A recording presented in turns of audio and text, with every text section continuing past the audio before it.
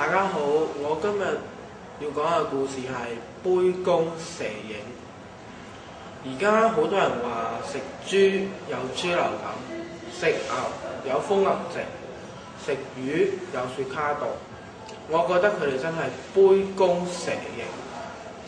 杯弓蛇影呢個成語故事係發生喺晉朝。嗰陣時有個人，佢就叫做樂廣。佢就好中意清談嘅，所以佢就會日日叫佢啲朋友嚟佢屋企飲酒傾偈。有一次，佢嘅好朋友好耐都未嚟喎，樂廣佢就覺得好納悶啊，於是佢就叫佢嘅僕人去請佢嗰位朋友嚟啦。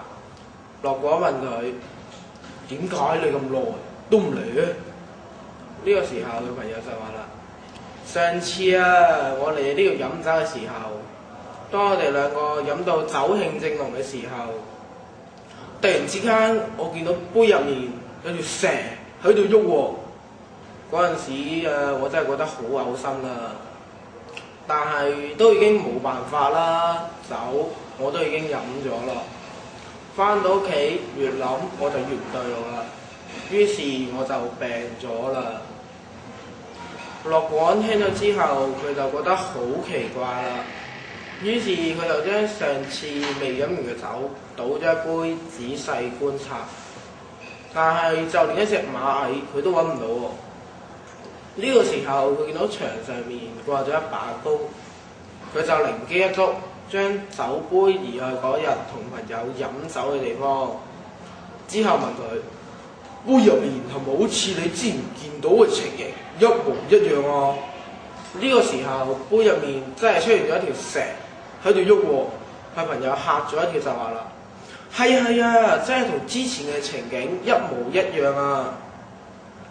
樂廣佢抬頭一看，原來係牆上弓嘅倒影反射咗喺個酒杯嗰度。於是佢就將真相話俾佢嘅朋友知。佢朋友亦都豁然開朗，亦都不藥而癒。只要心中疑惑害怕，導致胡亂猜測、疑神疑鬼，我哋都可以用杯弓蛇影呢個成語故事嚟形容。所以只要將食物完全烹調煮熟，咁食物裡面都已經冇晒細菌啦，我哋就唔使再驚杯弓蛇影。我今日故事分享完畢，多謝。